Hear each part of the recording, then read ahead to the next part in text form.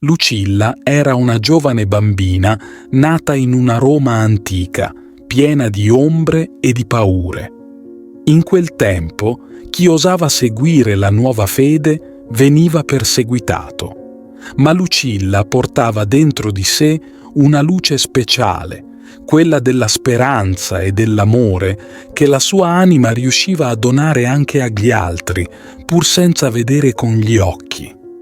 Suo padre, un uomo severo ma dal cuore tenero, vedeva la sua piccola crescere e soffrire in quel buio. Sapeva che per Lucilla non c'era cura per restituirle la vista, ma aveva sentito parlare di un dono molto più grande, quello della luce interiore capace di illuminare l'anima. Con questa speranza si recò da un uomo di fede, chiedendo non il miracolo degli occhi, ma quello del cuore. Un giorno, un giovane sacerdote, un uomo dal cuore gentile e dal sorriso pieno di bontà, si avvicinò alla casa di Lucilla. Era stato chiamato per un rito speciale, per dare a Lucilla quel dono prezioso che avrebbe acceso in lei una nuova vita. Si trattava del battesimo, un momento sacro in cui l'acqua non solo purificava ma trasformava. E così, sotto il tocco lieve di quell'uomo santo, Lucilla sentì una pace profonda invaderle l'anima.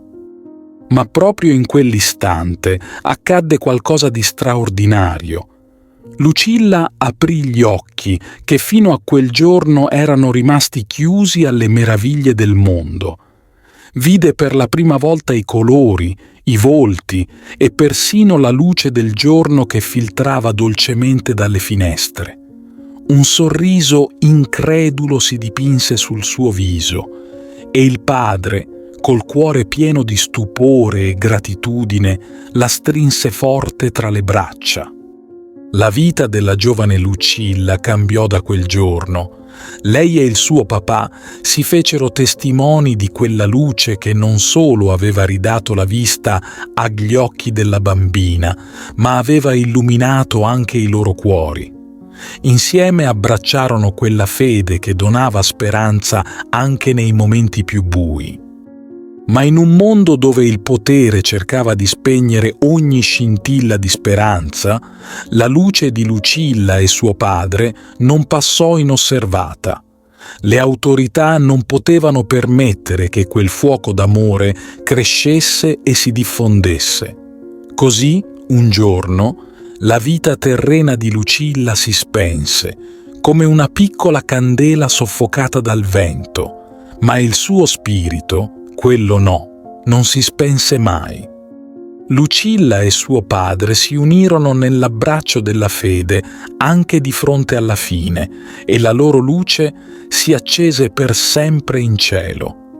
Anche se il loro corpo non camminava più sulla terra, la storia di quella bambina coraggiosa e del suo amore senza confini continuava a risplendere, portando speranza a tutti coloro che vivevano nel buio. E ogni volta che qualcuno ricordava il nome di Lucilla, si riaccendeva quella stessa luce che lei aveva portato dentro di sé. Una luce che non poteva essere spenta, nemmeno dalle ombre più profonde.